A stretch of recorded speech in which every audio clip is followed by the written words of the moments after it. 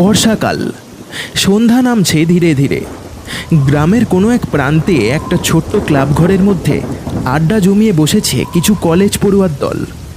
রাজু, বাপি, সুমন আর তন্ময়, এই চার বন্ধু মিলে সপ্তাহ শেষে একজোট হয়ে আড্ডা দেয় এই ক্লাব ঘরে। পড়াশুনো থেকে একটু চাপমুক্ত হতে তারা প্রতি শনিবার সন্ধ্যাবেলায় এই ঘরে বসেই গল্প ঠাট্টা করে। তবে আজ তাদের মধ্যে সবাই উপস্থিত থাকলেও একজনের এখনো দেখা মেলেনি। কি ব্যাপার বলতো, তন্ময় এখনো এসে পৌঁছালো না? ওই তো সবার আগে এখানে আসে। বাপি, একবার ফোন করে দেখ তো, মনে হয় বৃষ্টিতে রাস্তায় আটকে পড়েছে। বাড়ি থেকে বেরোনোর সময় তো ওকে ফোন করেছিলাম, ও বলল ওর আসতে নাকি একটু দেরি হবে। তা আর একবার ফোন করেই তো দেখতে পারিস, বেচারা মনে হয় বৃষ্টির জন্য আসতে পারছে না। আচ্ছা দাঁড়া, দেখছি আমি।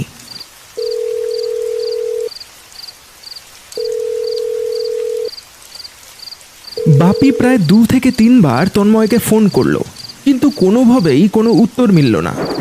প্রতিবারই ফোনটা বেজে বেজে কেটে গেল। কিরে, কি হলো?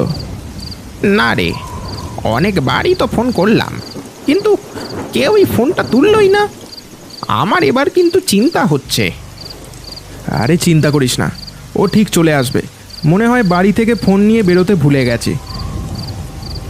হঠাৎ আশেপাশে কোনো একটা গাছের মধ্যে কর কর করে জোরে একটা বাজ পড়ল।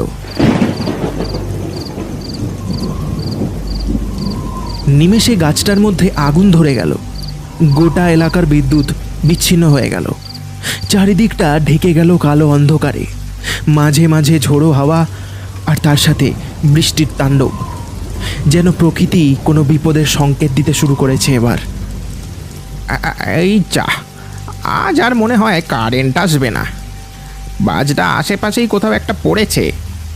দূর, পুরো মুডটাই খারাপ হয়ে গেল। ওই তন্ময়টাও আজ এলো না, আর এদিকে কারেন্টটাও চলে গেল। এখন এই অন্ধকারে বসে বসে মশার কামড় খাওয়া ছাড়া আর কোনোই কাজ নেই। এই কেউ একটা কিছু জ্বালার ব্যবস্থা কর দেখি, অন্ধকারে